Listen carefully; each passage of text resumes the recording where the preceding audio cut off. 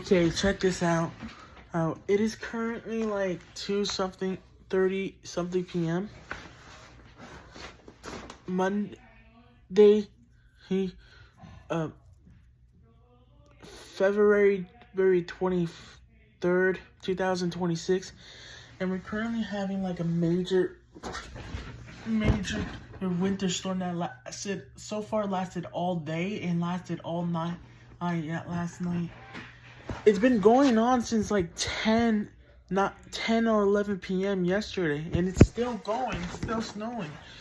It is expected to have about 3 feet of snow, and it is like 30 to 40 miles per hour wind, which is crazy.